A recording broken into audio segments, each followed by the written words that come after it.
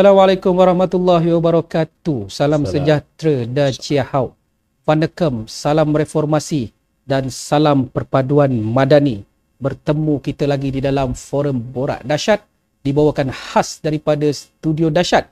Rancangan yang sentiasa dahsyat yang akan menampilkan ahli-ahli parlimen yang amat dahsyat. Saya nak mulakan forum kita pada hari ini dengan menyatakan semangat bersolidariti bersama saudara mara kita yang sedang digasak oleh Israel laknatullah di bumi Palestin.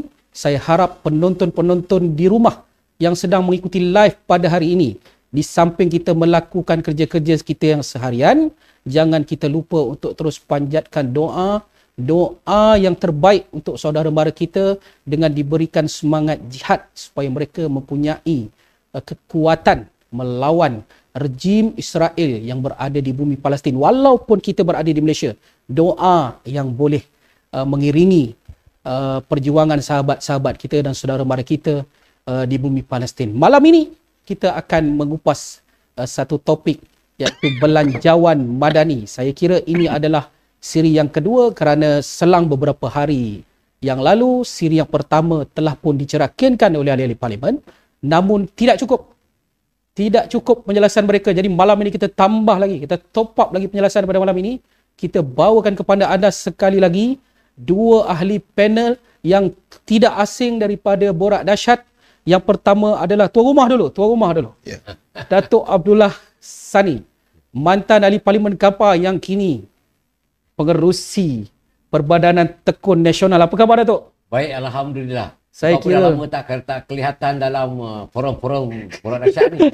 Saya kira sudah mengambil satu tempoh yang agak lama untuk saya muncul kembali ke studio Borak Dahsyat. Jadi terima kasihlah studio Borak Dahsyat kerana memberikan ruang kepada SBS pada hari ini berganding bahu semula dengan Datuk Dollah dan seorang lagi orang kuat yang juga sifu politik saya, salah seorang sifu politik saya ni. Ni kalau diistilahkan kita tabik dia 2-3 kali, iaitu Datuk Kamal Hijaz, veteran UMNO. Tak payahlah sebut jawatan. Amir Hijaz. Datuk Amir Hijaz, veteran UMNO, jawatan tak payah sebut lah. Memang tak penting bagi dia. Yang penting adalah perjuangan yang tulus ikhlas. Datuk, apa khabar Datuk? Alhamdulillah. Assalamualaikum warahmatullahi wabarakatuh. Saya berbahagia hari ini sebab saudara Tuan Syed ada bersama dengan saya. Dan yang paling saya seronok sekali hari ini, Datuk Abdullah Sani juga sampaikan songkok macam saya. Dia katakan ini kesepakatan. Saya nak declare betul-betul lah. Dia orang berdua pakai songkok ni dia tak berjanji tau. Dia memang tiba-tiba dia datang pakai songkok. Kalau saya tadi tegak hati lah nak ambil songkok tapi tak ambil lah. Kalau ambil dia dah jadi seragam. Baik, saya nak terus saja kepada topik kita. Saya tahu penonton di rumah sekarang sedang memerhatikan kita untuk mendengar hujah-hujah balas daripada ahli panel kita tentang belanjawan. Tapi pada malam ini saya tak nak begitu straight sangat kepada belanjawan. Kita akan sesat sedikit. Mungkin kita akan pergi kepada isu politik semasa. Kita akan pergi juga kepada isu konflik di Palestin. Tetapi saya nak mulakan dulu dengan belanjawan. Oleh kerana belanjawan ini telah dikupas serba sedikit minggu lalu, beberapa hari yang lalu. Saya nak mulakan dengan Datuk Dollah dulu sebagai mantan ahli parlimen. Yalah, kadang-kadang kita tengok ahli-ahli parlimen yang ada kini. Datuk? Ahli parlimen yang ada kini ni sepertinya kualiti dia tak sampai. Saya tengok kalau macam ahli parlimen muda, contoh Muar, entah apalah yang dicuba nak sampaikan sebenarnya. Belanjawan yang begitu kompleks, kebanyakan peruntukan yang diberi lebih tinggi daripada semua Perdana Menteri yang pernah membentangkan belanjawan. Namun belanjawan yang begitu baik menyentuh hati nurani rakyat, ada juga ahli parlimen yang condemn dalam keadaan dengan izin, dalam keadaan mereka rasa ini belanjawan itu teruk. Sama ada mereka tak study ataupun mereka tak teliti. Yang ini kita nak kena tanya Datuk Dollah. Datuk Dollah, respon ahli parlimen khususnya pembangkang seperti mempelekehkan belanjawan madani.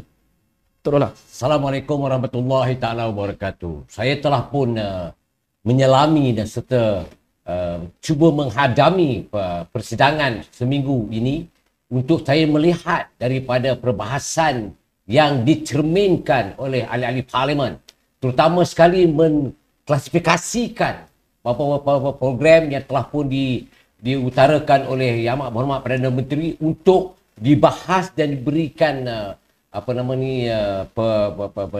pandangan mereka berkenaan dengan apa yang telah pun dibajetkan.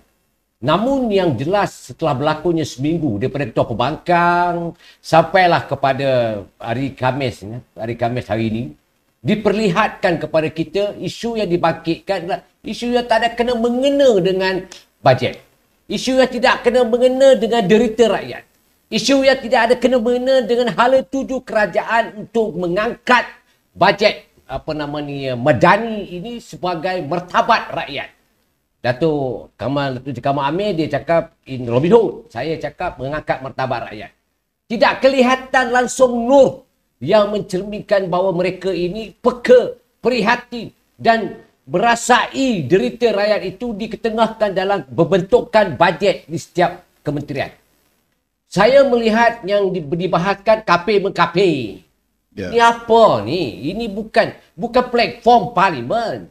Lepas itu pula membicarakan soal perkataan maha kaya. Begitu pula kenapa Datuk Seri Anwar Ibrahim seolah-olah menentang orang kaya daripada larut cakap. Daripada apa yang saya lihat, ini bukan kualiti yang rakyat nak dengar. Ini semua adalah cerita-cerita kedai kopi pun boleh. Tahap dia. Takkan di parlimen kita nak bahas macam kedai kopi. Ini adalah Dewan Yang Mulia. Bicara soal masa depan rakyat. Apa yang kelompongan yang boleh ditambah baik. Apa yang nak dicadangkan itu memberikan kesan baik kepada rakyat. Ini yang perlu dibahaskan dan dinilai ataupun disinggung oleh ahli-ahli parlimen. Tidak berlaku begitu. Asyik-asyik nak bergaduh, baik kita ni bangsat lah ayat. Ini itu ayat saja hampir 10 minit, 15 minit dipertikaikan. Begitu pula dengan menantu lah sebagainya. Saya tampak there is no quality of debate. Dan rakyat sekarang ni dia tengah pening. Apa yang dibuat? Yang dibahaskan. Takkanlah tak dipikir. Macam contohnya Syah ya, Datuk ya. Macam kita tengok SAR. SAR ni satu perkara yang melibatkan anak-anak kecil sampai kepada mereka untuk menjadi dewasa. Apakah yang boleh kita lakukan untuk mereka ini mendapat pendidikan yang sempurna? Jadi ketika 20 tahun berlalu sejak zaman Mahathir Mohamad dah pun dihapuskan peruntukan untuk SAR ni Syah dia Datuk ya. Tapi saya tahu, saya dapat gambaran Datuk Seri confirm akan memikirkan bagaimana untuk melahirkan masyarakat yang berpendidikan, yang faham tentang agama dan memahami tentang budaya Melayu yang sebenar. Jadi SAR itulah platform yang terbaik. Diberi peruntukan di semua sekolah yang berdaftar di bawah Yapid ataupun MAI ataupun agama Islam negeri diberikan bajet itu. Dan ini adalah yang berlaku pada saya. Saya 2 orang anak saya hantar sekolah SAR masa tu. Dan apabila Mahathir tarik dia punya peniktirafan, tarik dia punya bajet, saya terpaksa keluarkan anak saya masuk ke sekolah ke menengah kebangsaan. Saya sendiri mengalaminya. Dan di atas sikap itulah saya merasai bahawa untuk melahirkan anak-anak itu mesti datang daripada mereka di peringkat rendah. Dan sampailah kepada peringkat menengah, barulah kita boleh melahirkan manusiawi yang berpendidikan. Tetapi tidak berlaku begitu. Apa yang saya lihat, itu isi yang perlu dibahaskan. Dan begitu juga dengan pendidikan yang mendapat bajet yang keterlaluan besar. Untuk apa? Untuk mendidik anak bangsa itu menjadi anak bangsa yang berkualiti. Tetapi tidak dibahaskan. Tak saya dengar apa disentuh perkara-perkara itu. Dan tidak disangka macam mana dengan isu pekerjaan.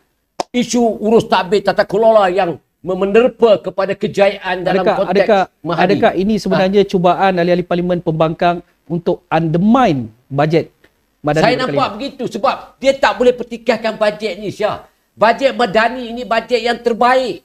Dan bajet ini adalah bajet menyeluruh. Walaupun kita tengok dia punya bajet keseluruhan 393.8 bilion, tetapi kalau kita tengok deposit dia tu dia 4.6 je. Terendah setakat ini. Yang paling rendah. Dan banyak duit yang dilonggokkan untuk memberikan cash flow kepada rakyat. Seperti mana pembukaan sekolah yang sekarang dikekalkan 150 Datuk Seri. Yeah. Inilah patut dibahaskan. Apa penambahbaikan, nak bagi komputer, nak bagi itu mesti dilonggokkan dalam cadangan yang berbeza. tetapi tidak berlaku dalam parlimen. Yang berlaku kafir mengkafir, bangsat membangsat. Lepas itu pula apa namanya maha, apa itu maha, divinasi maha. Ini semua benda ni bukan platform itu. Platform itu pergilah kat kuliah ataupun pergi kat masjid semua berbahas soal divinasi makna. Itu bolehlah pergi ke bahasa pustaka berbincang. Ini Dewan Rakyat ini membentuk siasat negara untuk maju ke depan dalam konteks kita keadaan negara majmuk dan memberikan setiap pulangan balik kepada rakyat untuk rakyat menikmati hidup keselesaan. Itu objektif dia. Itu mukadimah saya. Oh, dia punya mukadimah kita kat sini dah rasa dia punya bahang dah. Dia punya bahang tadi itu baru mukadimah tu. Kalau kami dekat sini terasa bahang, anda di rumah akan merasa lebih panas. Saya nak teruskan kepanasan ini. Saya tidak mahu berhenti di situ. Saya nak pergi kepada ahli panel kita yang kedua, Datuk Kamal. Saya sering mengikuti live Datuk Kamal yang mengatakan beliau mengulangi bahawa bajet ini belanjawan Robin Hood. Kita faham nature Robin Hood adalah dia ambil daripada golongan tertentu, dia beri kepada golongan bawah. Datuk Kamal menyifatkan belanjawan ini seperti itu. Belanjawan Robin Hood. Datuk Kamal, belanjawan Robin Hood. Ya. Apa cerita? Ya, saya tengok teman kita pelayar kita, Saudara Syah Kazai, dia kata dahsyat Datuk Lullah ni. Baru buka je dia intro je. Assalamualaikum para pelayar semua. Saya nak jelaskan, saya tetap kekal dengan saya punya kenyataan.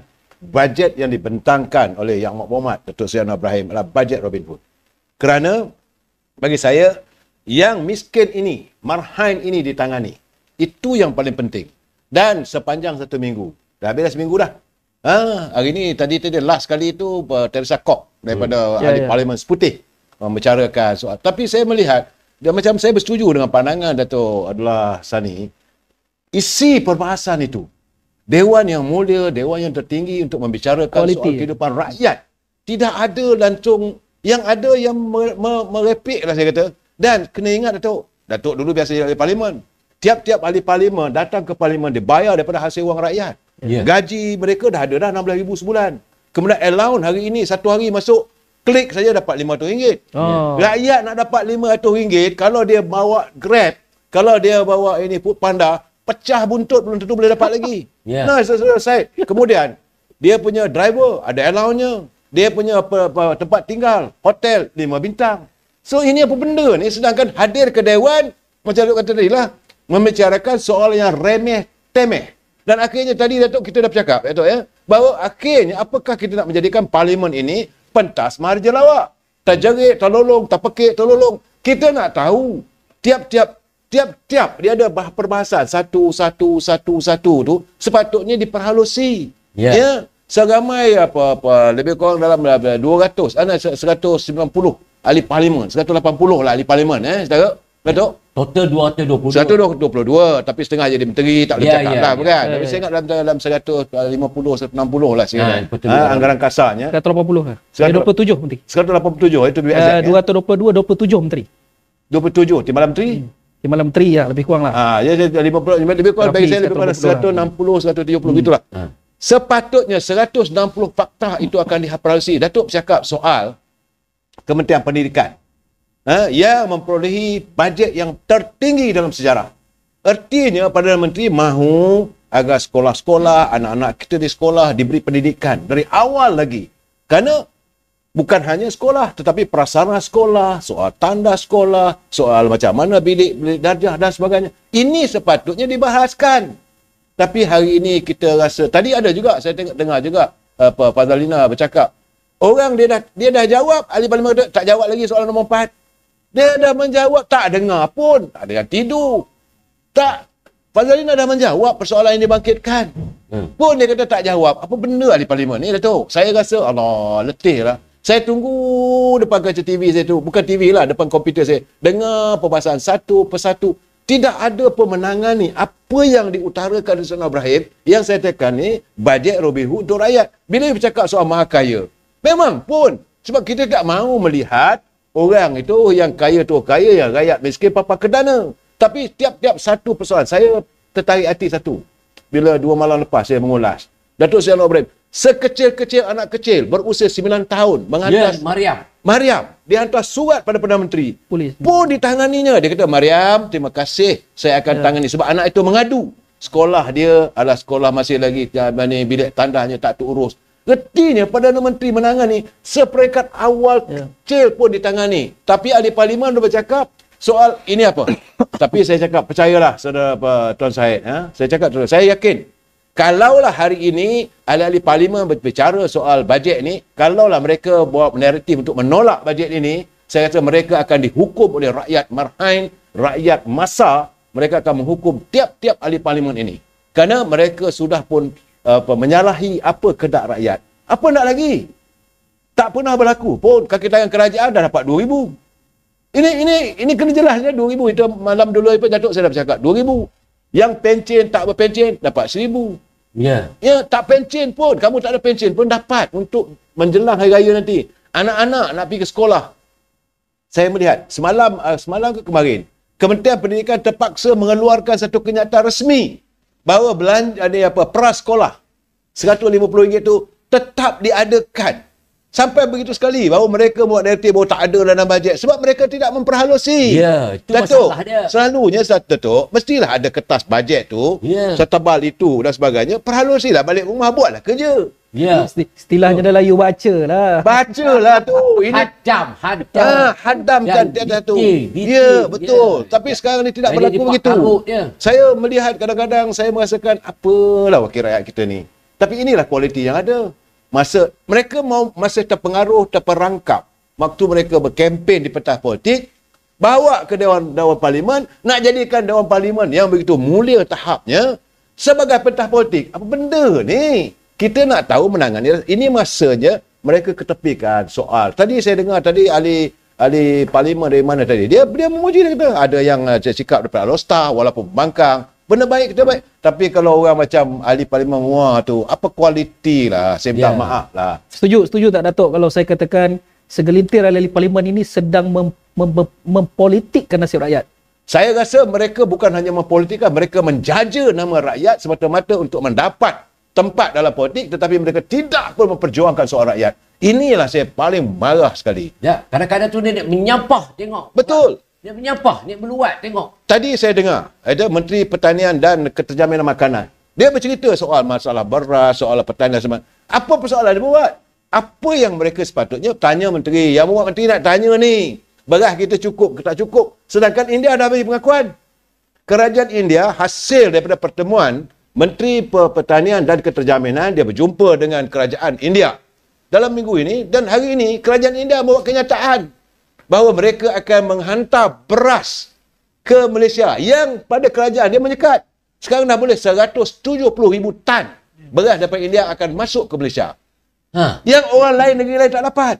Ini saya kata Tuan Syed, dalam keadaan begini, sebagai ahli parlimen, bercakaplah berfakta. Perkara-perkara gini yang sepatutnya dibahaskan. Ya, sepatutnya kenapa cari jalan macam mana nak merungkai. Okey, beras daripada India nak sampai. Kalau harga basmati itu selama ini RM36, apakah dapat dikekalkan supaya rakyat dapat merasai menikmati makan beras begitu? Bagaimana beras-beras tempatan, beras putih tempatan? Tadi ada dibangkitkan soal kilang. Kilang-kilang ini tak boleh nak adapt. Kehadiran begitu banyak padi, setengah kilang tak boleh nak mesin. Akhirnya padi terbiar. Yang kedua soal padi lantai. Perjuangkanlah. Saya tak bersetuju Datuk Seri Anwar Ibrahim memberi harga lantai untuk padi RM1,300 satu tan. Kami minta sekurang-kurangnya RM1,500 atau RM1,700. Fight lah di Dewan. Gunakanlah Dewan. Itulah pentasnya. Bukan maki hamun di luar sana. Tak gunalah Anwar ni. Dia bagi orang kaya apa semua. Mana-mana petani. Balik ke kawasan, cerita dengan petani, Anwar tak baik. Gunakan parlimen, saya nak masuk ke dalam handset.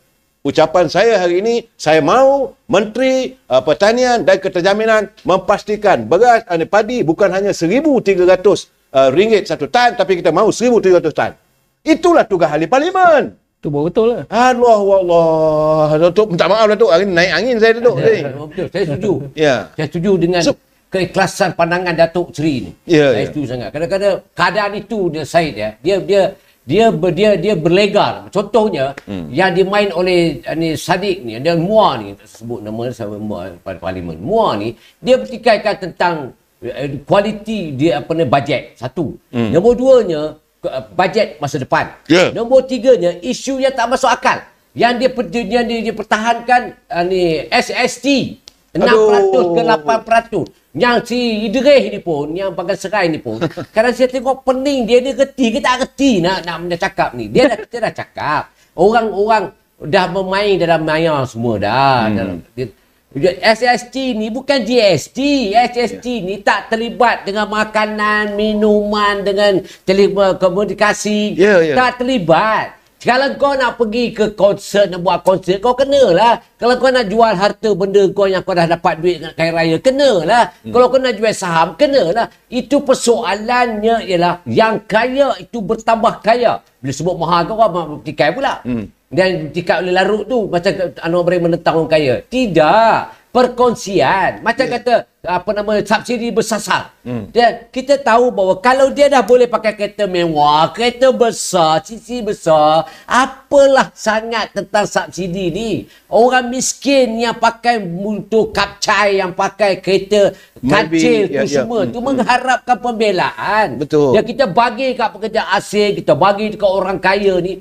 Inilah yang nak dia dibuat oleh Datuk Seri Anwar Ibrahim untuk mensasarkan subsidi, menyelamatkan 81 bilion. Since Datuk telah pun menyentuh soal SST ni, saya nak memanjangkan perkara ini. Kalau kita lihat statement awal perbahasan Muar mengatakan bahawa bajet ini seperti menekan golongan pertengahan. Malah larut juga membangkitkan perkara yang lebih kurang sama. Adakah benar tadi kita tahu bahawa SST yang dikenakan kekal 6% untuk makanan dan perkhidmatan juga komunikasi. Sepertinya mereka berdua ni tak baca ataupun tak faham lah. Abang kata Datuk Kamal tadi kan, aku tak baca kan. Ini namanya kecederaan minda ataupun kekosongan pandangan. Ini sebab jelas takkan kau tak boleh bezakan GST tu apa, SST tu apa. Dan kau takkanlah orang kaya yang maha kaya itu tak boleh dikongsikan dengan kerajaan hanya membantu pada orang yang betul-betul memerlukan. Kalau kata M40 ditekan, kalau M40 boleh pakai kereta lebih 2000 cc, dia bukan lagi kategori M40. Dia dah berkemampuan. T20. Dia T20, dia layak. Dan kalau dia pakai kereta Camry 2.5, dia kena deserve yang dia tu terpaksa menanggung atas apa yang dia mampu untuk dia perolehi. Dan orang miskin pakai kancil, pakai Myvi tu semua tu mereka perlu pembelaan. Kerajaan tak boleh 81 bilion orang kaya pun nak bagi subsidi. Itu namanya bajet yang tidak berkemampuan menegakkan keadilan. Dan inilah yang saya lihat pandangan-pandangan yang membolehkan Datuk Seri meletakkan sasaran kepada subsidi itu. Kita tak cakap lagi ni pendapatan 2 jangka. Petala jangka ni macam berlakunya 1MDB. Conggap berbilion-bilion. Yang kata lawyer, yang kata bau kelang kabut, berjerit-jerit semua ni. Ini duit rakyat. Begitu juga dengan papasan daripada Jepun yang bagi pada kita peranua kedua. Mana pergi duit itu? Dan ketiga, kalau kita tengok daripada pengkalan petroleum yang telah pun diserahkan pada Brunei, berapa nilai dia? Mana duit tu pergi ke mana? Rakyat tanggung-tanggung. Lepas tu pula Pandora Paper pula bertrilion duit yang telah dibawa lari keluar daripada negara. Ini adalah pendapatan 2 jangka yang saya percaya kerajaan boleh fokus dan boleh ambil balik atas pencukaian pendapatan 22%. Dan kita nak tegaskan di sini bahawa yang kita petikaikan ini sebenarnya apa yang kamu mahu? Adakah kamu nak mengangkat lagi orang kaya menjadi hidup mewah? Dan kau nak menindas orang miskin? Dan kamu nak bela orang-orang yang tidak ada kepentingan dalam negara ni? Seperti orang-orang asing dan sebagainya? Di mana letaknya kewarasan kamu sebagai ahli parlimen? Malu saya lah. Saya dah 3 penggal dalam Dewan Rakyat. Dan saya bicarakan soal seluruh soal. Betul benar saya. Sekarang ni peringkat dasar jawatan kuasa di pertentian, tapi jasa tidak boleh lari daripada ibu ataupun daripada pokok yang dibahaskan dalam peraturan 11.2 yang dibentangkan dalam atas nama bajet. Dan Akta ibu itu sebenarnya tidak boleh dilencong. Mana ada akta ibu cakap mahak, cakap bangsat, cakap kapir, mengapir. Tak ada. Ini namanya tenging. Yang kena faham betul-betul nilai value kita. Perbahasan yang kita nak. Kadang kita kata ni bajet ni, bajet bohong, bajet ni. Belum. Ni satu lagi budak ni. Saya cukup menyampah 87 bilion kata saya. Dia kata, mana Anwar nak ambil? Tenging sangat kau ni. Kau tahu kau bukan Perdana Menteri. Kau diamlah. Kau Menteri-Menteri Keuangan. Dia tahulah macam mana nak. Sekarang pelaburan masuk berapa? Ataupun kedatangan pelaburan berapa kita dapat cukai? Pakai otak lah. Jadi saya tengok banyak sangat orang nak tunjuk pandai tapi tenging. Yang ini yang saya nampak. Satu lagi pula yang saya nak walaupun ini bukan isu besar tapi kita kutip duit ni, tabungan ini untuk kita nak jatuhkan Anwar. Apa punya baral ni? Nak jatuhkan Anwar, pilihan raya lah. Ini nak ambil duit tu untuk apa? Ada di sebalik nak kutip-kutip duit, ada sebalik ni. Banyak benda yang jadi persoalan. Jadi jangan mengundang kebodohan itu dijelmakan dalam wajah kamu yang tidak seperti manis seperti itu. Tak elok. Manis ke, Dok? Tak, bukan. Manisnya maksud senyum dia, tolonglah RM10 seorang. Itu manis. Tapi isinya penuh dengan najis. Jadi tak perlulah nak buat retorik banyak sangat ni, Syed. Jadi itu tumpuan kita sekarang ni untuk menyelamatkan negara. Dunia sekarang berlaku dalam keadaan yang cukup huru-hara. Peperangan berlaku di sana sini. Apa peranan kita dalam mewakili rakyat yang ada dalam Dewan Rakyat itu untuk kita nak menstabilkan kedudukan kita. Rasulullah dah cakap dah. Apa yang Rasulullah cakap itu kita kena pegang. Rasulullah tak suruh kita kafir-mengkafir. Ya, Rasulullah suruh tu apa? Dia kata salam, beri salam. Itulah ayat dia ketika dia bertapak di Madinah. Beri salam, perpaduan, kekuatan, silaturahim, kekuatan kestabilan tu penting. Yang kedua, beri makan. Ini Anwar dah bagi makan dah. 10 bilion cash flow untuk dia nak bagikan kepada duit untuk rakyat ini. Lepas tu pula yang ketiga barulah kematapan Madani yang 6 trust itu yang diperkukuhkan oleh Nabi Ibrahim tu. Dengan apa yang dirungkaikan itu sudah cukup komplit sebenarnya. Tapi kita je yang nak merosakkan ni dengan hujah-hujah yang begitu kelas yang tak tahu nak kata gendah tak gendah lah. Yang saya tengok macam pedang dia nak masuk dia ada berlakunya audit lah cerita-cerita je. Saya kata ni pelik. Memang pelik saya tengok. Walaupun nampak macam hebat tetapi pakaian hebat. Tetapi perbahasan tu hancur. Langsung tak ada kualiti. Tarisan rakyat tidak pernah dipikirkan. Bila saya mendengar tone Datuk Dollah ini, saya masih nak mengekalkan wave itu. Sebelum saya kembali kepada Datuk Kamal, saya nak petik sikit tadi Datuk Kamal menyebut tentang bonus kepada kaki tangan awam RM2,000. Orang yang paling tepat menjawab itu Datuk Dollah, kerana dia sekian lama memperjuangkan nasib pekerja. Adakah wajar RM2,000? Ini yang paling tinggi setakat ini. Luar biasa yang dibentang bajet oleh Datuk Seri Anwar Ibrahim. RM2,000 untuk pejabat awam. Dia prepare pun, saya cakap dah last week. Dia kata, hari Isnin yang lepas. Dia kata, kami nak gaji. Betul. Sedar tidak sedar, 1.5 trilion hutang negara ini dilombokkan oleh mereka yang tidak bertanggungjawab. Daripada zaman Datuk Seri Najib dulu, hutang kita 668 bilion. Sekarang ni dah jadi 1.5 trilion. Kita dah turun sikit. Anwar dah pada start nak bayar dah ni. Tapi apa yang saya nak bawa ni ialah keperluan itu mendesak atau tidak. Kalau keadaan sekarang ni tidak mendesak dan ianya perlu diberikan satu lamsam untuk mereka nak raikan dalam kehidupan yang mendesak. Jadi Anwar bagilah RM2,000. Sebelum ni 700, 600. Zaman terwar semua tu 600 je pun. 600, betul. Jadi sekarang ni Anwar bagi RM2,000. Bersyukurlah nikmat yang diberi. Walaupun kamu tak sokong kami pun ni, tetap Anwar fikirkan kesusahan kamu. Dia bagi RM2,000. Pencen pun dia bagi RM1,000. Yang tak ada pencen pun dapat RM1,000. Dan RM1,000 ni pula dulu ni paling tinggi RM300 je saya. Betul. Dan sekarang dapat RM1,000. Jadi saya nampak bukan saja Datuk Seri Anwar memikirkan tentang pejabat awam, tetapi mereka yang telah menyumbangkan sebelum itu diberi imbuhan juga untuk mereka mendapatkan RM1,000. Jadi persoalan timbul, apakah ini adil? Nak adil macam mana lagi? Nak adil macam mana lagi? Saya harap di luar sana pejabat awam sedarlah.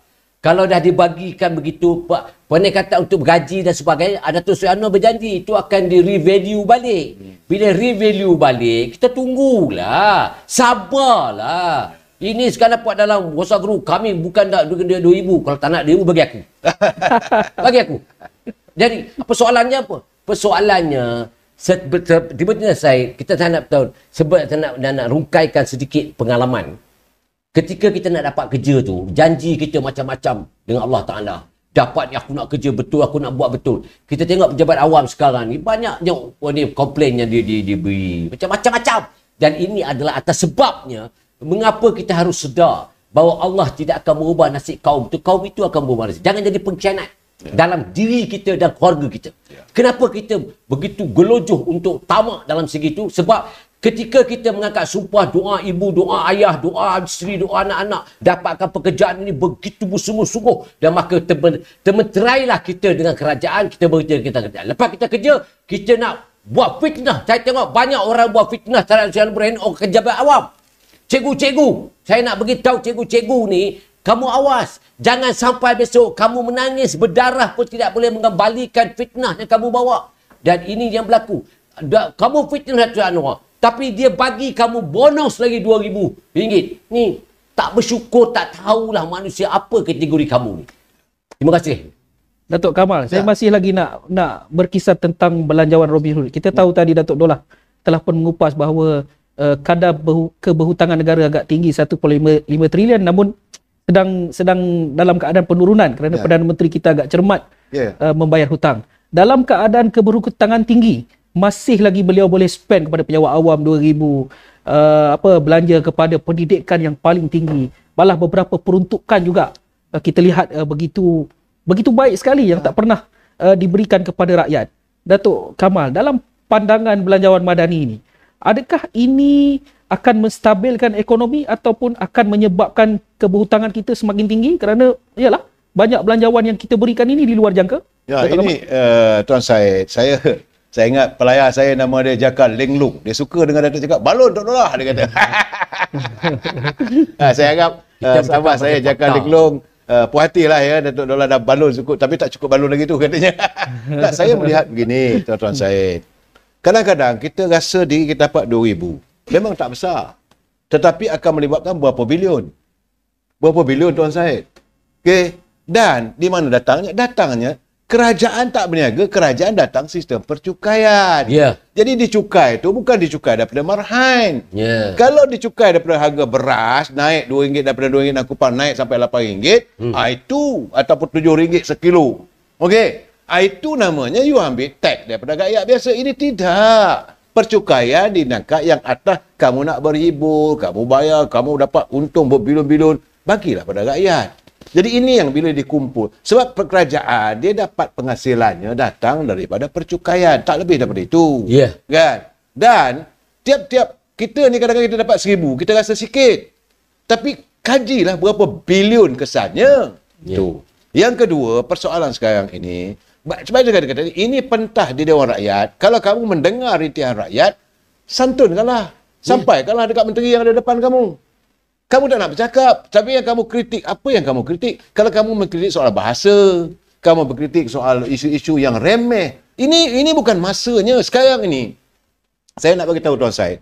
Petang tadi saya agak groan. Tapi saya kata lega sikit. Walau bagaimanapun masih lega, masih dalam kelegaan. Tahun 1998, pertukaran antara duit ringgit Malaysia dengan dolar Amerika RM4.98. Hari ini RM4.74, masih lagi. Tapi saya khawatir, saya bimbang.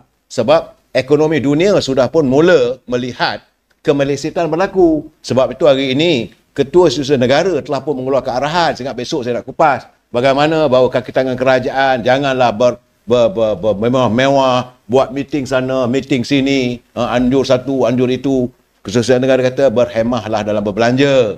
Sebab kita tak tahu masa akan datang ni. Ini bajet. Bajet ni unjuran. Apa yang dah dapat. Jadi, bagi saya melihat apa yang dilakukan. Strategi Kementerian Kewangan. Bukan hanya Datuk Seri Anwar Ibrahim. Salah ni kalau kata Datuk Seri Anwar Ibrahim. Strategi Kementerian Kewangan, mereka menjangkakan bahawa negara akan mendapat perolehan daripada sistem percukaian yang diadakan ini, bahawa dapat lebih kurang dalam 320 bilion tak silap saya. Sebab itu dia boleh belanja 393.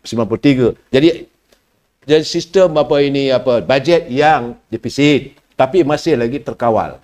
Bukannya Sebab tu dia kata deposit tu 4.3 tu yang Anwar dia berbanding dengan 5.6 betul. Yang Mayadin dan Smail Sabri tu.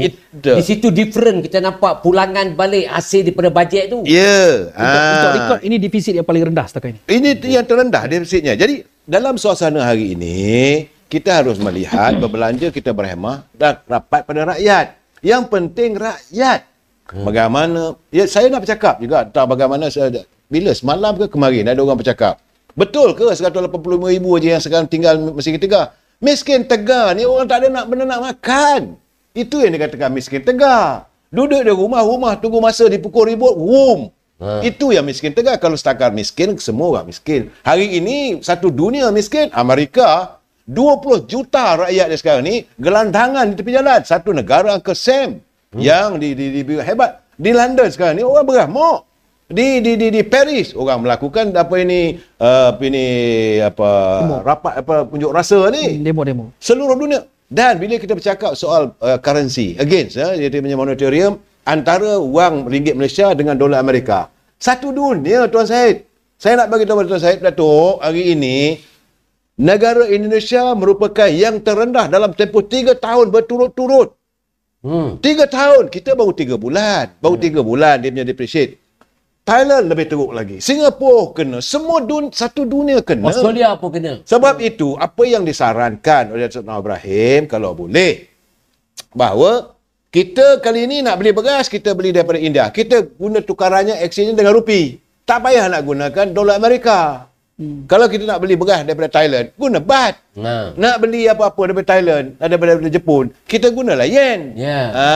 Itu dia yang itu saya rasa kebijaksanaan seorang pemimpin. Bukan saya nak bodek, tidak. Satu di sini cetusan idea-idea yang cuba dilakukan. Dan saya cukup seronok apabila dia menyebut perkataan madani. Tuan Syed, jangan lupa Tuan Syed, empire Islam itu berkembang ke seluruh dunia. Sampai ke empire Melayu Islam Melaka, sampai ke Andalusia. Bermula daripada Madinah. Bermula daripada Madani, daripada apabila naik saja Osman Affan sebagai khalifah Islam dan dia orang perniagaan dan dia menterjemahkan ekonomi itu, ekonomi yang Madani, satu dunia empire Islam, jangan lupa. Tapi sekarang ni nak buat macam mana? Apabila dah kita kaya raya, kita tak bersyukur. Tunggulah kehancuranlah berlaku. Empire Islam Melayu Melaka runtuh, kerajaan Melayu di Nusantara runtuh, kerajaan Islam di Andalusia runtuh kerana tak bersyukur. Apabila khalifah-khalifahnya merasakan wang adalah segalanya. Jadi kita kena bersyukur apa yang ada, Dato'.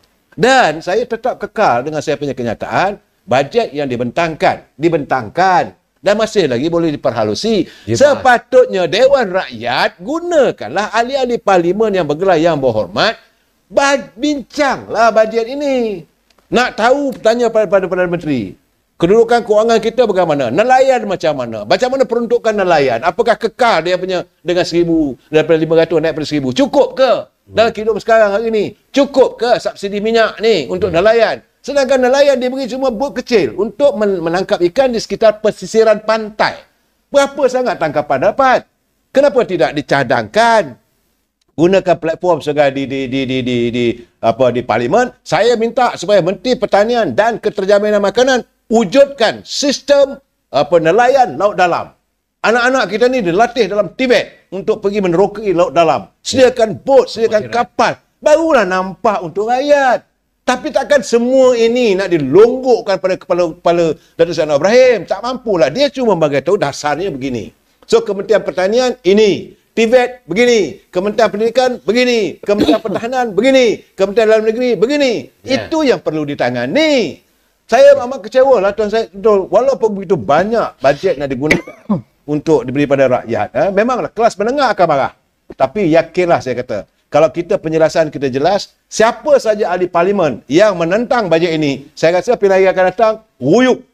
Memang rakyat akan marah. Ruyuk. Kalau saya rasa dalam parlimen ni, kalau kita bercakap pasal isu-isu kementerian, Kalau kita bercakap tentang, contohnya saya bercakap di kawasan saya lah. Ya. Bila saya bercakap, saya memperjuangkan hospital. Dalam konteks ucapan saya tu, saya jalurkan kepada saya menuntut supaya hospital satu didirikan di Kapar. Akhirnya sekarang dalam pembinaan. Bila kita tengok keselamatan pula, saya pergi kepada IPD. Dan IPD sekarang dah hampir siap.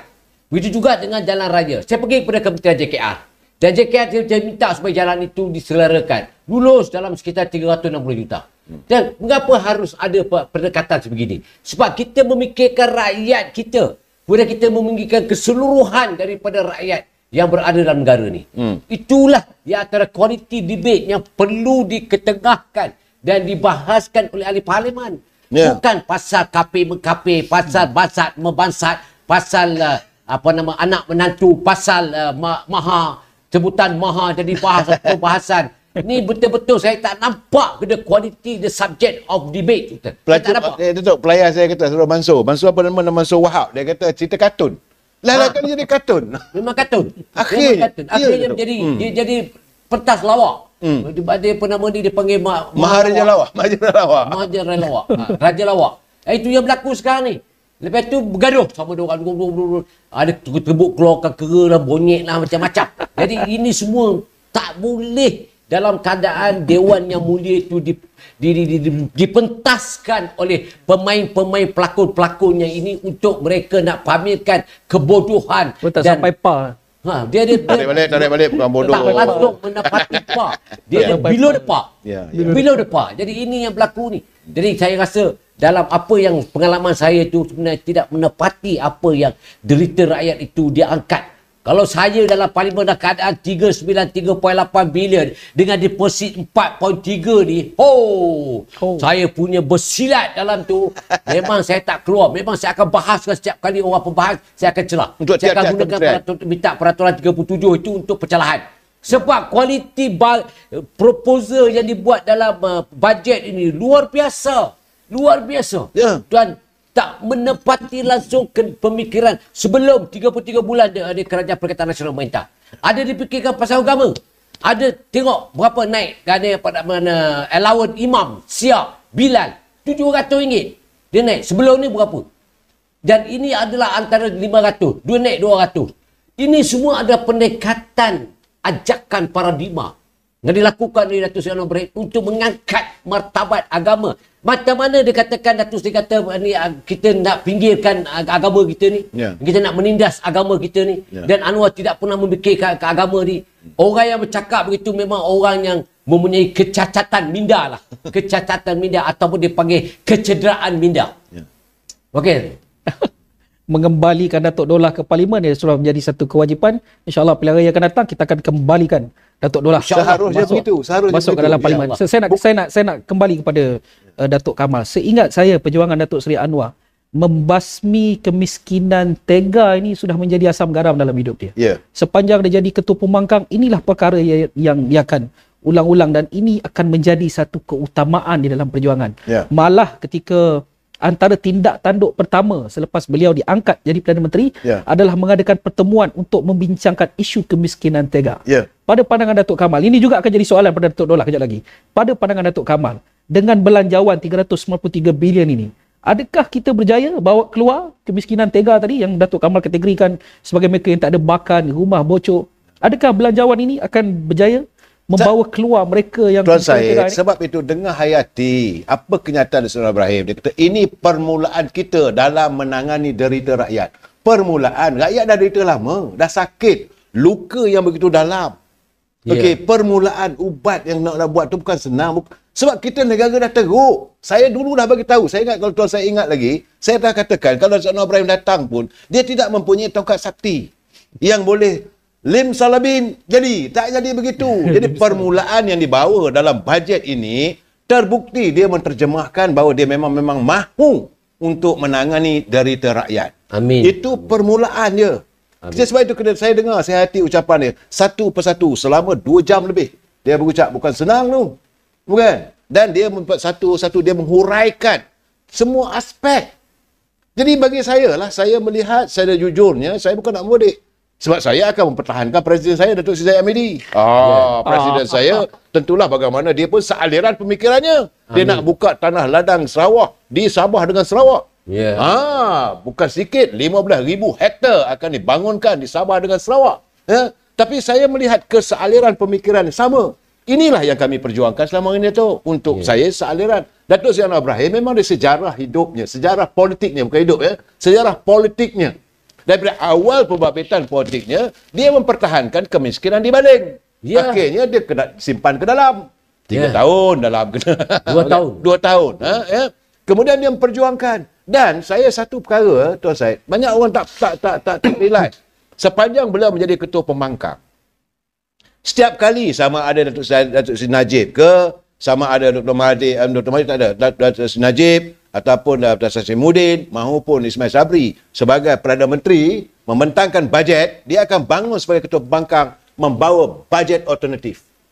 Tapi hari ini ketua pembangkang tak bawa pun. Bercakap yang bukan-bukan, kita nak tahu. Value tak ada. So kamu sebagai ketua pembangkang bukan hanya membangkang yang bukan-bukan. Sepatutnya ini cadangan kami. Seharusnya dibuat 1, 2, 3. Saya bersetuju, saya tak bersetuju. Sebab kita mesti bersetuju untuk tidak bersetuju.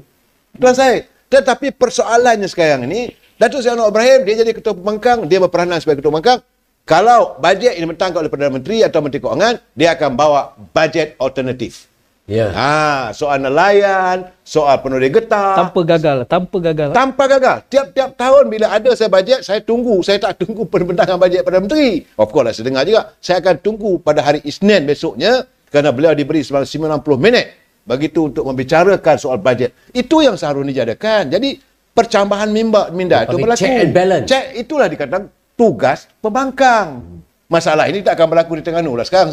Datuk, di Terengganu, kalau Menteri Besar ada bentang aja bajetnya, setuju je, tak ada bangkangan lah. Habis. Tujuan sebagai pembangkang, hadir untuk memberi pandangan yang kedua. Demi lestari kepentingan rakyat.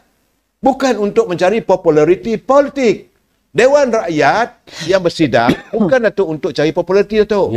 Dewan Rakyat adalah untuk menangani isu-isu berhubung tentang kehidupan rakyat. Nama lagi Dewan Rakyat. Piramli dah tunjuk dah. Bila Sultan sampai dah apa cerita? Ingat tak filem menuju Pak Belalang apa ke?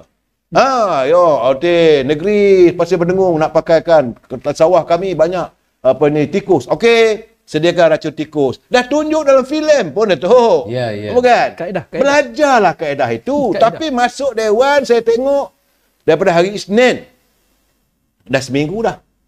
Masa terbuang. Saya cuba mengutip satu persatu apa yang dibawa oleh pembangkang ni. Apa yang mereka bawa untuk memperbaiki landasan ataupun unjuran yang cuba dibentangkan oleh Anwar Ibrahim sebagai Menteri Kewangan. Saya nampak sekarang ni kita terdedah lepas satu demi satu. Dan saya rasa ada keboborokan akan berlaku. Tapi tak tahulah hari ni dah pergi ke Mesir. Kita dah pergi ke Saudi ya. Ini satu hal lagi. Cuba kita sudah fikir penghormatan negara-negara teluk terhadap beliau sebagai Perdana Menteri Malaysia. Kita rasa patut bangga. Di saat krisis berlaku di Palestin, bahawa pemimpin Arab sedang berbincang. Hari ini Amerika melakukan veto je menyalahi pihak Israel. Tetapi beliau diundang untuk memberi pandangan. Malaysia ni bukan negara teluk. Kita bukan anggota OPEC. Kita bukan tutup Arab. Kecil je kita ni. Kita terlalu kecil lah, tetapi kita diundang untuk personally telefon. Putera Salman dia telefon Datuk Seri Anwar Ibrahim, you must come. Kita nak bincang benda begini. Sebab Datuk Seri Anwar Ibrahim kata dia hantar Datuk Zamri pergi dulu. Satu penghormatan. Ini bagi saya satu penghormatan. Tapi adakah ada kita bercakap soal itu? Tak ada. Buka mulut bohong. Apa benda ni? Saya kata. Saya sepatutnya menentang beliau sebab dia daripada Parti Keadilan. Saya daripada UMNO. Tapi bagi saya, yang baik kena baik. Kalau benda ni, kalau benda tu buruk, kita cakap buruk lah. Kalau benda tu baik, kena puji lah. Itulah natijah kehidupan kita, Tuan Syed. Kita harus bercakap, kita harus jujur lah. Yang paling penting bagi saya, jujur lah. Saya dapat daripada kawan-kawan pelai-pelai kata kaki tangan kerajaan. Memang mereka tak bersetuju dengan Datuk Seri Anwar Ibrahim. Datuk, minta maaf Datuk. Kerana masa bekerja, you kena perform. Selama berapa lama dah kita merintih. Nak menyelesaikan satu masalah. Pertukaran tanah lah, permintaan itu, permintaan ini. Nak jumpa Tuan Dios jauh sekali. Kaki tangan pejabat daerah pun seksa. nak buka file pun berjam-jam ataupun orang datang dari jauh. 10 kaunter yang buka 3. Dapat 10 kaunter buka 3. Sekarang ini mereka terpaksa buka semua 10-10. Tak ada masa lagi yang perempuan nak jahit baju anak bersalin ke. Mereka marahlah sebab kesinggangan. Waktu yang singgang mereka itu sudah pun diselesaikan. Tapi untuk rakyat. Jadi, you datang ke pejabat pukul 8. Masuk kerja. Start pukul 8, kena buka kaunter. Dan rakyat berurusan hari ini. Masalah sekarang ni mereka marahlah. Bila marah, mulalah keenakan yang selama ini seronok, baiklah begitu, dah tak ada. Dan you have to perform. Sebab itu saya kata, you jujurlah. Macam Datuk cakap tadi, Datuk. Waktu kamu datang, minta kerja, berdoa pada Allah SWT, dapat kerja, dapat jawatan. Matlamat pertama, nak cari rezeki yang halal. Yang kedua, nak berkhidmat untuk negara. Berkhidmatlah, ini masanya. Tapi kalau waktu itu kamu duduk kedai kopi, masuk OP pukul 8, pukul 9, duduk baca surat khabar, duduk dekat kedai kopi, urusan rakyat tak diselesaikan. Ini yang marah pada Perdana Menteri yang tiap-tiap kali mengatakan tak mahu melihat lagi adanya budaya-budaya yang negatif, adanya sakau menyakau, adanya budaya rasuah. Mereka marahlah. Tapi itu bukan untuk kepentingan apa. Itu kepentingan mereka, bukan kepentingan rakyat. Rakyat tapi suka. Bukan semua lah tu. Kita tak tahu semua, tapi ada segelintir mereka.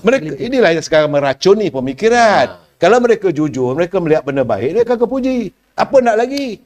Selama hari ini 2 bulan lagi. Tuan Syed, 2 bulan lagi anak nak masuk sekolah. Selama hari ini pening kepala fikir macam mana nak cari kasut anak nak cari, baju sekolah anak nak cari, buku sekolah anak nak cari. Semua itu diselesaikan oleh rakyat sejak Datuk Seri Anwar Ibrahim menjadi Perdana Menteri. Jangan lupa, bajet pertama, walaupun bukan bajet beliau, 100%. Mula-mula sekali dia kata RM150 tiap-tiap pelajar. Tak kira lah kamu anak Melayu ke, anak semua Cina ke. Semua. Dan semua tak dapat. Kisah sama kamu ni anak orang miskin ke atau anak orang kaya. Asalkan kamu pergi sekolah, masuk ke sekolah dapat RM150. Kalau satu keluarga tu ada 6 orang anak, ada RM900. Amin. Itu yang lepas, tahun lepas. Dan tahun ini ada lagi. Saya yakin benda ini akan berterusan dan mengikut keadaan ekonomi semasa. Kalau peningkatan kepentingan pendidikan, yang paling penting saya sukalah sebab pendidikan itu ditekankan begitu mendalam lah apabila bajet diberi pada siapa Menteri Pendidikan daripada keadilan Fadlina. Saya nama-nama daripada Menteri Pendidikan kurang lah saya orang UMNO kan. Betul. Maaf lah Tuan Syed. Kan? Tapi bagi saya begitulah peruntukan diberi, bukan kerana beliau daripada Parti Keadilan, tapi kerana beliau melihat pentingnya pendidikan. Inilah ditangani derita rakyat. Masalah persekolahan. You kalau tak bijak Datuk Tuan Syed, you tak akan jadi sekarang. Tak jadi badan macam ni sebab you bijak lah. Datuk ini luar sana ni. Minta maaf Datuk. Latar belakang keluarga macam mana? Kalau Datuk tidak belajar betul-betul dulu, Datuk pun tak jadi macam sekarang Datuk. Kebanyakan mereka sekarang ni, kita ni well educated. Tapi masalahnya, selepas kita bijak, setelah dapat ijazah, degree dan sebagainya, tak mengenang budi. Itu masalahnya. Orang kita ni. Dan kalau jadi macam mana apa berlaku di Palestin baru orang tahu. Sekejap lagi kita akan masuk isu Palestin. Saya masih lagi nak bermain dengan isu membasmi kemiskinan tinggal. Menangani derita rakyat. Tadi saya begitu tertarik dengan hujah Datuk Dollah bila dia mengatakan bahawa salah satu usaha beliau ketika beliau menjadi ahli parlimen adalah dengan membangunkan fasiliti untuk rakyat, membangunkan hospital, mengangkat institusi polis, memberikan bangunan yang terbaik untuk polis. Ini adalah salah satu usaha untuk membasmi kemiskinan, mengangkat taraf hidup rakyat. Datuk Dollah, dalam keadaan bajet hari ini, adakah ahli parlimen pembangkang sepertinya tidak memfokuskan kepada rakyat seperti mana yang telah dilakukan oleh Datuk Dollah sebelum ini? Itu sebab saya kata quality of debate itu penting. Tapi saya tak dapat penilaian yang terbaik. Seperti mana yang saya dalam setiap kali bajet bila Yang Amat Berhormat Perdana Menteri waktu itu Datuk Najib membentangkan, bila menyentuh tentang contoh yang paling baik ialah tentang SIP. Saya bawa SIP. Tetapi dalam bajet itu tak ada. Dalam bajet tak ada SIP, tapi saya bawa atas cadangan balas. Dia kata perlu ada dalam 10 tahun akan datang berlakulah satu malapetaka dan perlu ada satu peruntukan dana untuk kita membantu mereka-mereka yang akan ditimpa musibah pada waktu itu. 10 tahun 2019 jadi COVID. Tetapi yang bagus dia 2017 Pekan telah pun bersetuju untuk menjadikan akta, dan 2018, 2019 kita kutip 2 bilion untuk kita bagi skim insurans pekerja itu kepada mereka yang terlibat. Hampir 600,000 lebih orang terlibat. Jadi maksudnya ialah bajet yang ada itu dihadami dan dicadang kembali yang terbaik untuk kita memberikan kemanfaat kepada rakyat. Contohnya gaji minimum. Dalam bajet tak ada gaji minimum.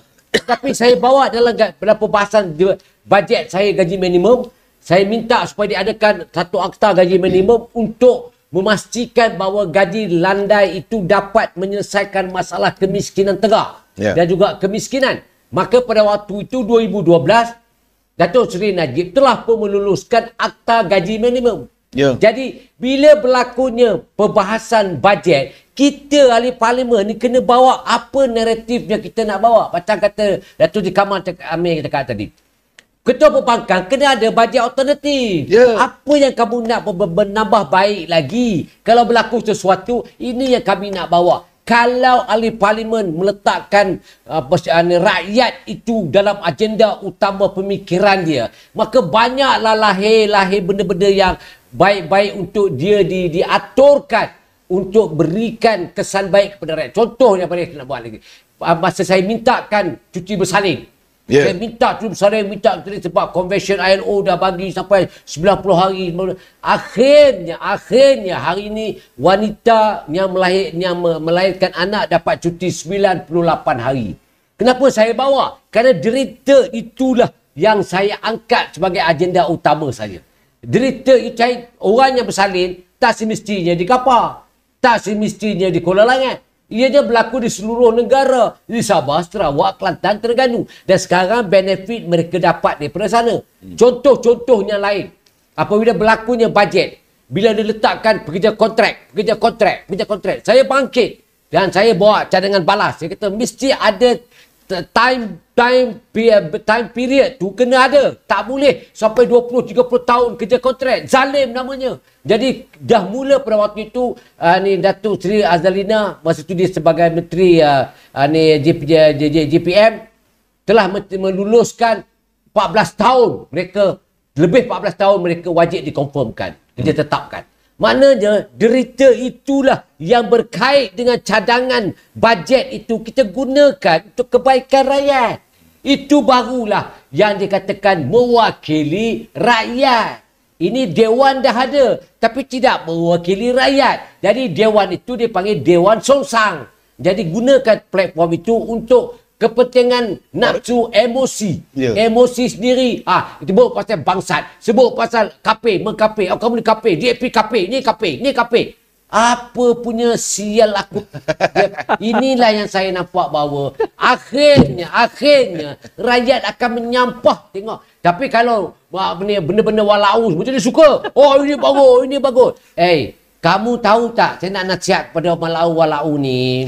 Kamu ada anak, kamu ada cucu, kamu ada keluarga. Ingat, masa depan itu terletak di atas polisi yang ada. Kalau benda itu yang kamu minat, anak kamu derita besok, saya takut besok kubur kamu pun diludahnya oleh keturunan kita. Kamu jadi wakil rakyat, kamu tak bela nasihat anak cucu kamu.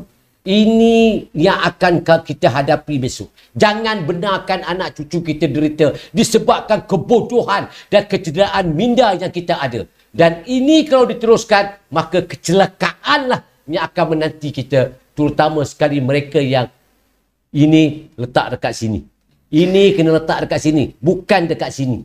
Terima kasih. Saya nak menambahnya. Mungkin dia orang tak faham sebenarnya. Apa yang diutarakan oleh yang awak bawa pada menteri, itu diumpamakan. Dia bawa balik ikan untuk makan. Dan kita ahli-ahli parlimen ni lah yang mencincang. Dia nak masak apa?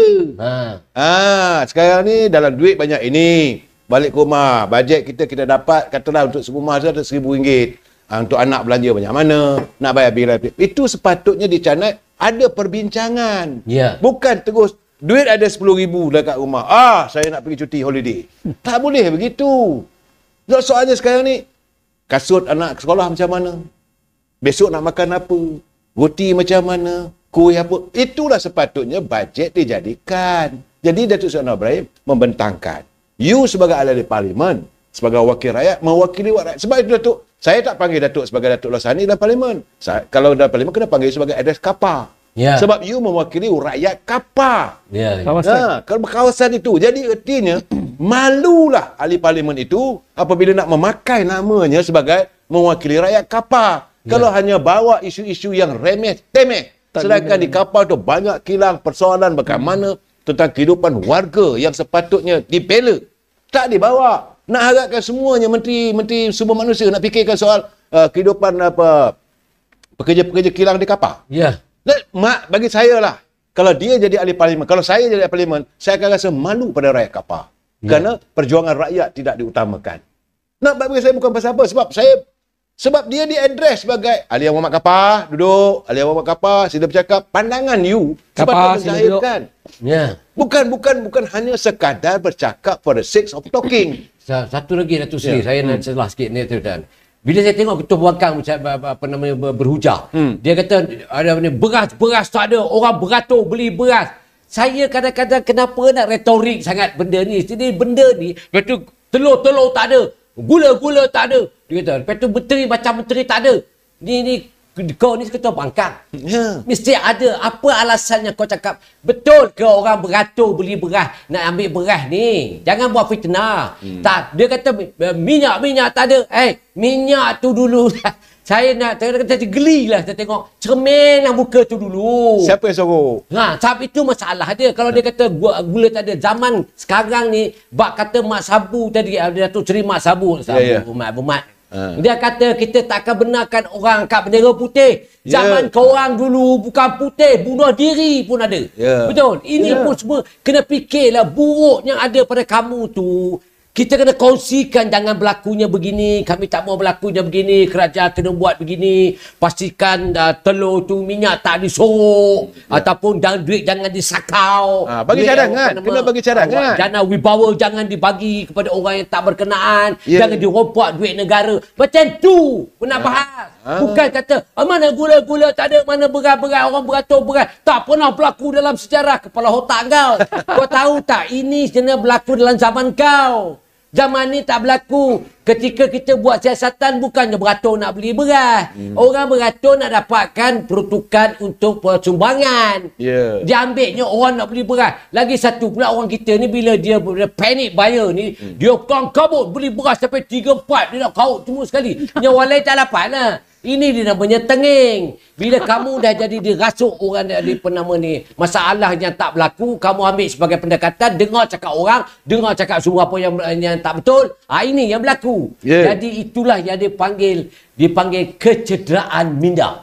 Saya tak boleh guna perkataan kasar, takut nanti saya kena blok. Okey, terima kasih. Tolonglah, jana wibawa, jangan jana pendapatan. Saudara penonton di rumah, kita sudah bersiaran melebihi 1 jam.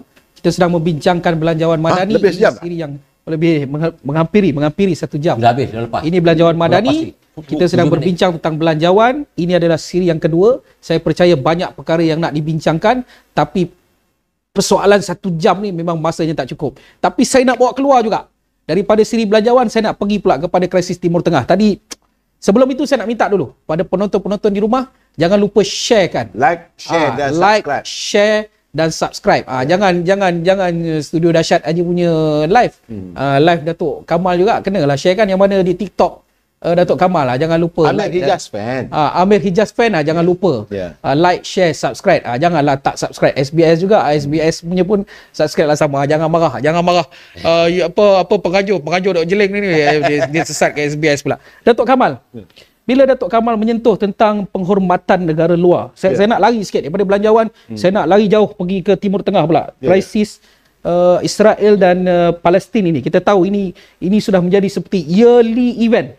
Setiap tahun kita akan mendengar cerita Israel menganyang Palestin. Kita hari ini sudah ada seorang Perdana Menteri yang cukup wibawanya. Tadi Datuk Kamal menyebut penghormatan negara-negara Timur Tengah, memberikan penghormatan Datuk Seri. Malaysia ni negara kecil je. Tapi mereka mengundang Perdana Menteri kita, bangga kita. Mereka mengundang Perdana Menteri kita untuk memberikan pandangan dalam isu yang begitu berat dalam hal dunia pada hari ini.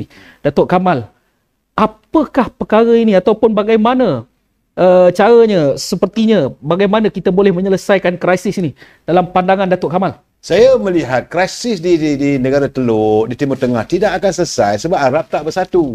Sebab itu mereka terpaksa mengundang orang luar. Kan? Dan jangan lupa Tuan Syed, Datuk Seri Anwar Ibrahim dulu, beliau adalah merupakan sebagai pemimpin WOMI, iaitu World Youth. Satu pemimpin dunia. Jadi mereka masih ingat lagi, Prince Salman dia masih ingat lagi. Sebab itu dipikir kalau bolehlah ada idea-idea percambahan. Sebab saya juga seronok juga kali ni sebab mereka menuduh. Ada orang menuduh bahawa Datuk Anwar Ibrahim tidak peka kepada untung nasib rakyat Palestin. Kononnya pro-Israel, kerana pro-Amerika. Dan gini Amerika lebih. Datuk Seri Anwar Ibrahim, dia buat kenyataan semalam.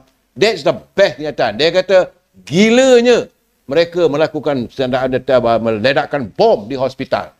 Isu Palestin adalah isu yang barah, yang meluka bertahun-tahun sejak daripada 1945. 67 tahun yang lalu. Ya, begitu lama selepas berakhirnya Perang Dunia Kedua. Ini bukan satu kecil. Tetapi, apabila pimpinan negara-negara Arab merasakan, mungkinlah pada saya lah kan, tak larat nak fikir apa.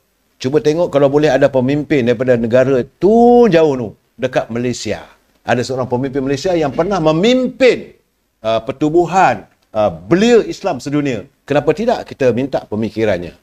Saya rasa itu yang ada dalam pemikiran pemimpin-pemimpin di negara-negara Teluk, negara OPEC. Sebab kita bukan members of OPEC. Tetapi inilah kita harus melihat bahawa pemikirannya beyond the board. Bukan lagi pemikiran setakat ini. Kalau setakat kita menjerit, duduk melala, tak setuju, tak ke mana? Tak ke mana? Buatlah himpunan macam mana pun, senyum saja Israel. Tetapi apabila beliau mengatakan bahawa beliau akan hadir dalam persidangan yang diunjurkan oleh Arab, apa katanya? Wakil daripada Amerika bertanya dengan duta besar kita, Datuk Nazir Aziz, what is Malaysia stand? Datuk Nazir kata, our stand is forever with the Palestinian. Artinya, kita daripada dulu lagi sampai hari ini, kita kekal dengan warga Palestin. Hidup mati kita tetap dengan pimpinan dan juga rakyat Palestin. Kita tak mau melihat adanya pengorbanan, adanya kezaliman yang bukan dilakukan oleh manusia. Sebab itu Datuk Anwar Ibrahim mengatakan ini satu kegilaan.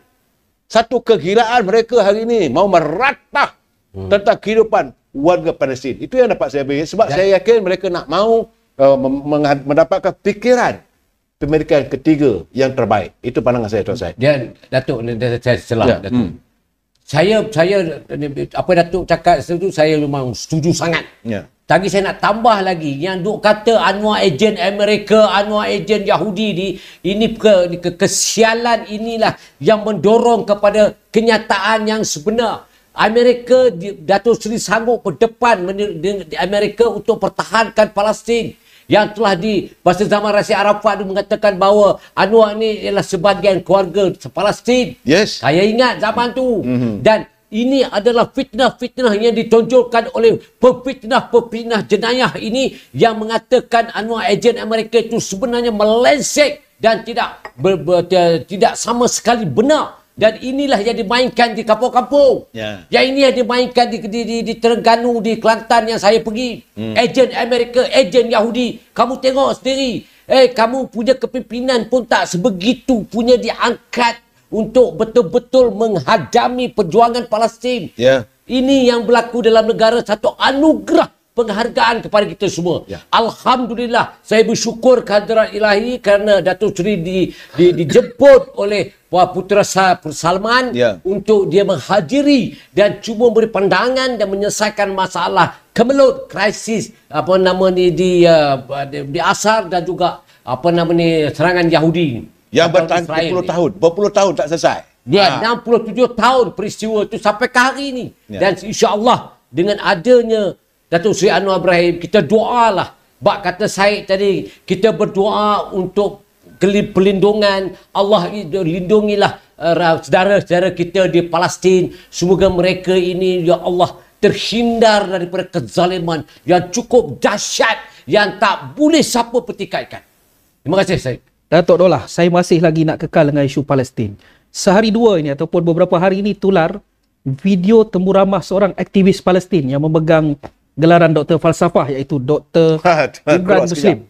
Pada saya, temu ramah itu dalam sebuah rancangan temu bual itu konkret sebenarnya hujahnya, lebih kurang 1 jam lebih. Tetapi beberapa saat yang ditimbulkan itu, sepertinya orang manipulit kenyataan itu. Perkaranya seperti Datuk Seri Anwar tidak cukup ataupun orang kata tidak begitu memperjuangkan nasib Palestin lah, seolah-olahnya begitu. Tetapi kalau kita lihat negara pertama pemimpin dunia yang mengkritik serangan Israel terhadap Palestin itu Datuk Seri Anwar. Beliau mengadakan perbincangan dengan Turki. Malaysia memberikan bantuan segera 1 juta. Sekarang kita sedang mengutip 100 juta. Hari ini beliau ke Arab Saudi. Saya fikir kalau hendak dibezakan beberapa Perdana Menteri, ini Perdana Menteri yang paling banyak tindakannya. Namun tular video itu seolah-olah diambil kesempatan oleh mereka tidak bertanggungjawab. Perdana Menteri kita buat cukup sedikit usaha untuk Palestin. Pandangan Datuk Dollah. Ini yang berlaku dalam beberapa hari yang hari 2 ni. Dan dia pun minta maaf. Dia kata dia telah pun dimanipulit oleh mereka-mereka yang tak bertanggungjawab. Saya nak bagi tahu dengan kat luar sana lah. Kamu bawa fitnah ni, kamu menjijikkan orang dan manipulitkan isu ni. Kamu tahu tak kategori kamu tu apa? Kategori kamu ni betul-betul sial, celaka, haram, jadah. Betul-betul tak boleh pakai. Dan inilah orang manusia yang betul jijik dan wajib dilaknat oleh Allah Subhanahu Wa Taala kerana perangai kamu macam setan. Dan ini yang berlaku. Terima kasih. Peranjat saya di sini. Baik, saya nak pergi pula kepada isu politik semasa. Sebelum kita tamatkan, kita sudah pun bersiaran 1 jam lebih. Kita dah lari sikit ni. Tapi saya nak pergi kepada isu politik semasa pula. Sebab saya tengok ramai yang di luar sana sedang bertanya isu politik semasa. Isu politik dalaman negara. Beberapa ahli parlimen pembangkang sepertinya fed up dengan parti sendiri memberikan sokongan kepada Yang Berhormat Perdana Menteri dan Kerajaan Perpaduan. Ini sesuatu benda yang menarik dibincangkan. Kalau nak dibincangkan secara tuntas, kita perlukan 1 jam lagi. Tetapi saya nak curi kedua-dua masa panel. Kita nak mula dengan Datuk Kamal. Ahli parlimen pembangkang menyokong kerajaan. Wajar atau tidak, Datuk Kamal? Dapatan saya melihat ada sekurang-kurangnya 5 hingga 6 orang. Dan semalam kemarin dulu pun ada yang menghubungi saya mengatakan bahawa mereka bersetuju untuk menyokong. Sokongan tidak semestinya mereka melompat parti. Kita ada ahli-ahli parlimen yang dulu daripada UMNO dan melompat, menyertai, tapi mereka tidak pun sebenar-benarnya menjadi pimpinan dalam parti. Contohnya saya katakan ahli parlimen Sungai Besar. Dia merupakan bekas kepada pegawai khas setiausaha kepada Presiden UMNO. Selepas dia punya bos dia Datuk yang meninggal dalam helikopter tu. Betul kan? So dia sekarang ni dia mewakili parti PPBM. Tapi jiwa dan hatinya masih dengan UMNO. Saya tidak nampak bahawa dia tidak akan, bukan nak melompat, dia akan menyokonglah kerajaan. Saya nampak. Begitu juga saya dengar ucapan di parlimen wakil daripada Rostar. Dan macam digerik. Jelas dia meletak jawatan sebagai setiausaha. Saya kata ada 6 orang yang akan mengikut gerak langkah daripada parti, daripada ahli parlimen dari Kuala Kangsar. So saya nampak akan berlaku satu gegaran. Dan mereka juga sekarang ni sudah mula tercium. Apabila Pandora Box dalam Malaysia, bukan di luar negara, Pandora Box di Malaysia ni sudah mula terbuka dalam isu warna MDB, dalam isu wajana wibawa, dan perbicaraan akan mula terbuka satu persatu. Mereka mula rasa segan dan silu untuk berada dalam itu. Dan untuk mereka melompat, tak boleh. Jadi nyatakan sokongan. Itu pandangan saya. Tapi saya nak spesifik pada orang ini, minta maaf. Melainkan disahkan, baru saya boleh bercakap. Tapi saya kata kalau macam Sungai Besar tu, Datuk Musli. Takkan Datuk tak kenal Datuk? Ya. Bukan? Sahabat saya. Datuk jadi daripada keadilan. Dia daripada PBBM. Kalau dia bertanding itu hari, dia bukan bertanding atas tiket PAS pun. Kan? Dia bagi saya, dia macam Richard Riot. Richard Riot dulu daripada bebas di Sarawak. Tapi dia lebih sayang pada Barisan Nasional. Itu keadaannya, gambaran saya. Baik, Datuk Dollah. Saya masih lagi nak bermain dengan topik ini.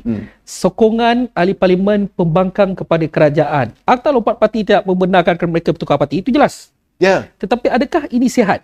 Maksudnya saya sekarang pembangkang menyokong kerajaan, tapi kemudiannya boleh berlaku sebaliknya. Pandangan Datuk Dollah selaku ahli parlimen, mantan ahli parlimen, adakah ini? Saya meneliti isu ini yang dibangkitkan. Sebenarnya begini, atau lepas parti ni dia keluar parti dia, itu tak boleh. Memberi sokongan untuk MOU itu sebenarnya itu terpulang pada dia untuk memberikan keputusan sama ada setuju atau tidak. Bagi pihak rakyat dia. MOU itu apabila akta itu dibentangkan, dia kena menyokong sebab ianya mendapat restu daripada majoriti. Dan dia terpulang pada ahli parlimen itu buat keputusan. Itu jelas dalam akta lompat parti. Maksudnya dia masih lagi kekal dalam parti dia, tapi dia menyokong dasar-dasar yang baik. Contohnya bajet 393.8 bilion untuk sekolah agamanya, untuk pendidikan daripada bawah rendahnya, untuk membantu miskin tegaknya, untuk memberikan kemudahan infrastrukturnya. Datuk Seri Anwar tidak memikirkan menara yang setinggi langit untuk dia nak bina. Dia nak bina rakyat yang betul-betul ada pengetahuan tentang kedudukan sebagai manusiawi yang digelar sebagai masyarakat rakyat madani. Itu dia nak lahirkan. Jadi bagi saya, mereka-mereka yang hendak menyokong usulan itu bukan perkara yang boleh dipertikaikan. Kalau dalam segi hukum wajib. Sebab orang nak bagi makan, Rasulullah kata bagi makan, kamu kena sokong. Sebab itu dalam surah Ara'aital ladzi yukadzibu bidi fadzalikal ladzi yad'un yatim wala yahudu ala ta'amil miskin. Kalau kamu tak bagi orang makan neraka walaupun kamu sembahyang. Ingat tu. Jadi inilah antara sebab kenapa kita melihat dari perkembangan yang ada pada hari ini, mereka menyokong ke Datuk Seri Anwar. Itu perkara wajib. Kerana ini untuk kebaikan kawasan dia. Kawasan dia perlukan bantuan. Orang miskin perlu disantuni. Anak-anak sekolah perlu diberikan perhatian. Sekolah-sekolah agama perlu diberikan fasiliti dan privilege yang baik untuk mereka mengukuhkan pendidikan. Sebab itu saya bersetuju sangat. Rakan-rakan saya, kawan lama saya itu semua sokonglah ramai-ramai Datuk Seri Anwar Ibrahim untuk memperkukuhkan dasar dan kerangka yang nak dibina dalam konteks dasar madani. Terima kasih. Baik, bagi anda yang mengikuti kita di rumah, kita sudah pun bersiaran melebihi 1 jam. Topik yang kita bawakan kepada anda tentang isu belanjawan, menyentuh juga isu topik Timur Tengah dan juga isu politik semasa. Saya pasti tentunya tidak cukup perkara ini kita bawakan kepada anda kerana kekangan masa. Namun, ini janji kami. Kita akan terus membawakan kepada anda isu-isu ini untuk terus dibincangkan oleh ahli-ahli panel yang berpengalaman ini tanpa henti, tanpa penat. Kita akan terus bawa kepada anda.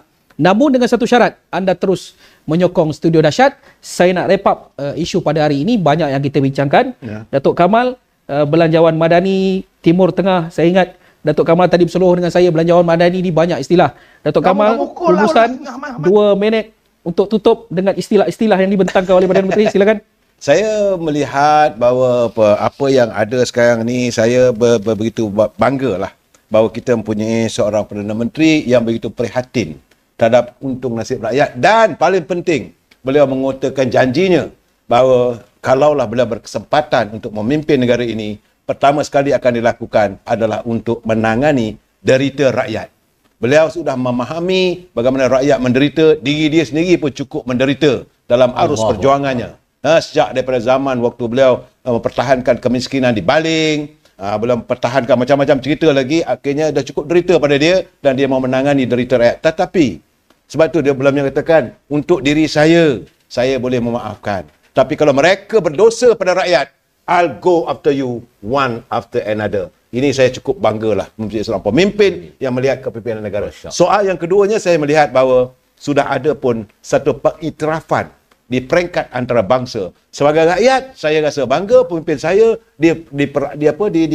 diperakui oleh dunia luar sebagai pencetus idea dan pemikiran. Mudah-mudahan adalah sesuatu yang baik dan bila berada di Riyadh akan balik ke negara kita sewajarnya. Tapi dia tak mahu sambutan besar-besaran. Sepatutnya beliau saya melihat sebagai inilah pejuang bangsa kita yang mengangkat harakat dan martabat bangsa kita. Itu yang saya dapat daripada saya. Amin, insyaAllah. Datuk Dollah, rumusan, silakan. Seperti mana yang saya tegaskan sepanjang forum kita, saya nak minta satu je. Setiap perkara yang buruk, yang jenayah agama yang kita lakukan ini, ada balasannya. Fikirlah keluarga, anak cucu kita. Jangan kita meletakkan diri kita kerana semata-mata untuk merebut wang, kita melakukan fitnah, kita melakukan keberbagaian jenayah yang merosakkan akhir yang ditanggung oleh anak cucu kita. Jadilah manusia yang beriman dan bersyukurlah dengan apa yang kita ada, dengan kedudukan Datuk Seri Anwar Ibrahim. Waktu ini yang terbaik untuk kita mengangkat martabat, darajat dan harakat umat yang ada dalam negara. dan di peringkat antarabangsa. Amin. Terima kasih Datuk Dollah. Sebelum saya akhiri forum kita pada malam ini, seperti biasa saya nak minta supaya kita terus mendoakan saudara mara kita di Timur Tengah, especially di Palestin yang sedang diganyang oleh Israel. Tentunya mereka tidak sesenang kita, kerana kita di sini boleh berbicara, boleh makan, boleh minum, tapi mereka tidak. Di sana apalah yang boleh kita lakukan selain daripada berdoa terus. Ini juga jihad kita. Dan jangan lupa kunut nazilah juga boleh membantu. Bagi yang Muslim, jangan lupa kunut nazilah boleh dibaca dalam solat, boleh juga dibaca luar solat. Teruskan berdoa untuk warga kita di Palestin.